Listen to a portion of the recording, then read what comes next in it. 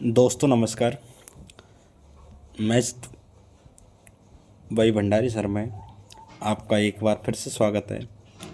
दोस्तों आज एक 9th क्लास का बहुत ही शानदार क्वेश्चन आपके सामने लेकर आए हैं।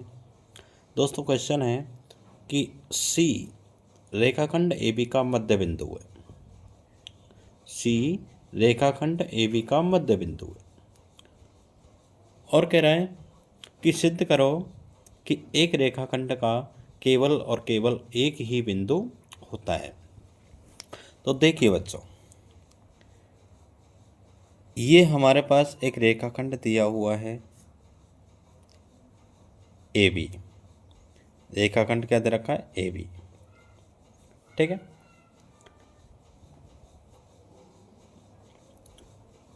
और एक मध्य बिंदु दे रखा है इसका C। मध्य बिंदु क्या दे रखा है?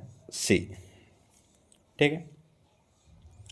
अब आपको सिद्ध करना है कि केवल और केवल एक मध्य बिंदु होता है। तो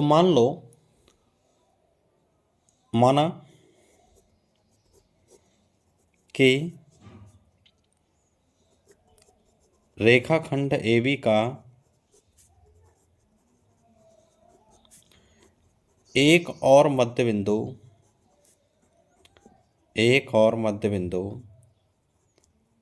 D है।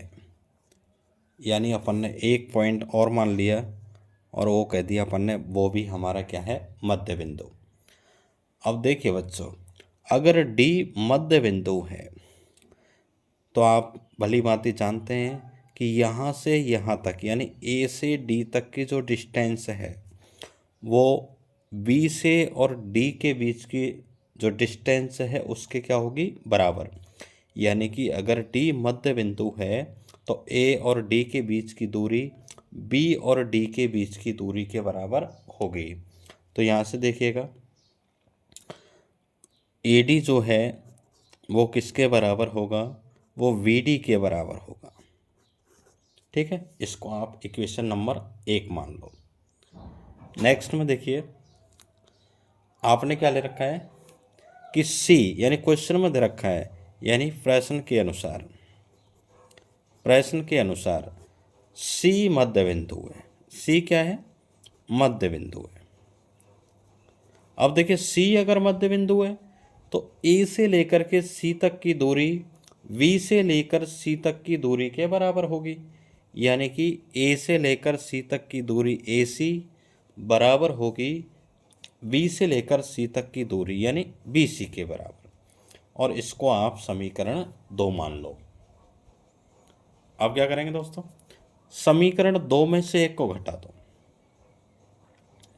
समीकरण 2 में से समीकरण 1 को क्या करना है? घटाने पर।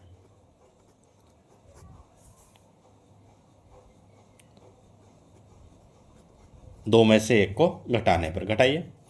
2 है AC और समीकरण 1 के अंदर है AD। AC माइनस AD बराबर VC माइनस BD। यानी कि 2 में से एक को हमने क्या कर दिया? घटा दिया। अब इसको देखिए, AC यानी ये जो लंबाई है AC, इसमें से अगर ये लंबाई को हटा दें, AD को अगर हटा दें तो ये वाली लंबाई हमारे पास बच जाएगी, जो कि किसके बराबर है? DC के इक्वल VC माइनस BD। यानी ये इस लंबाई में से ये बड़ी वाली लंबाई BD घटानी है। तो देखिए इस छोटी वाली लंबाई में से ये तो घटेगा नहीं, लेकिन आप ऐसा करिए VD में से इसको घटा दो VC को, तो क्या बचेगा? यहाँ बचेगा DC बचेगा। लेकिन दोस्तों एक बात और समझने वाली है कि ये लंबाई छोटी है, यानी कि जब आप अगर छोटी लंबाई में से बड़ी लंबाई को अगर घटाओगे तो आपका जो आंसर आएगा वो नेगेटिव आएगा। आंसर कैसा आने वाला है? नेगेटिव। यानी कि ये जो DC लेंथ आएगी वो नेगेटिव आएगी। अब दोनों का पक्षांतरण कीजिए। DC और ये DC इधर से आ जाएगा, इक्वल हो गया 0। DC और DC मिल करके हो जाएंगे 2DC बराबर 0। तो DC बराबर आया 0/2 यानी कि 0।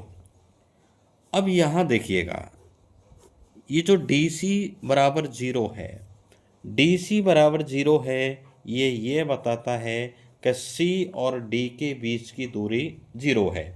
यानी C और D के बीच की दूरी क्या है? 0। और C और D के बीच की दूरी अगर 0 है, इसका मतलब क्या है? इसका मतलब ये है कि C और D दोनों ही बिंदु क्या हैं? दोनों ही बिंदु समपाती हैं, यानी एक के ऊपर एक है। दोनों बिंदु कैसे हैं? समपाती। ये कहाँ से निकल के आया? CD से। यानी C और D के बीच की दूरी क्या है? 0। इसका मतलब दोनों बिंदु कैसे हैं? समपाती। अतः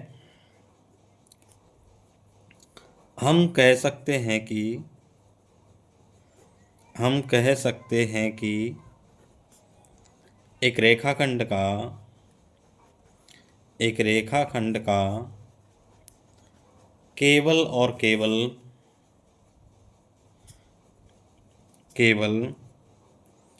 एक ही मध्य बिंदु होता है। एक ही मध्य बिंदु होता है, और यही हमको क्या करना है? सिद्ध करना है। Hence proof. तो दोस्तों धन्यवाद।